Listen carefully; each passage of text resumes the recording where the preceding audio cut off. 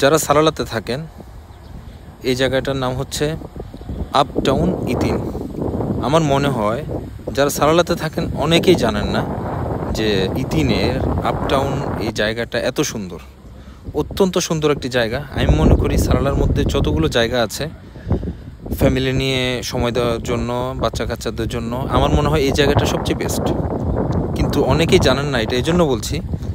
আমি বিভিন্ন সময়ে এখানে গিয়ে দেখেছি, আমি দেখেছি এই জায়গাটা প্রায় ফাঁকাই থাকে, অথচ অনেক সাধারণ সাধারণ জায়গাতে মানুষের উপচে পড়া ভিড়।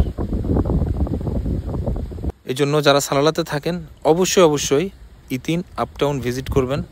খুবই সুন্দর জায়গা, অনেক ভালো লাগবে। আশা করছি আপনারা আসবেন এবং আমার ভিডিওর মাধ্যমে যদি কেউ এসে থাকেন অবশ্যই আমাকে জানাবেন।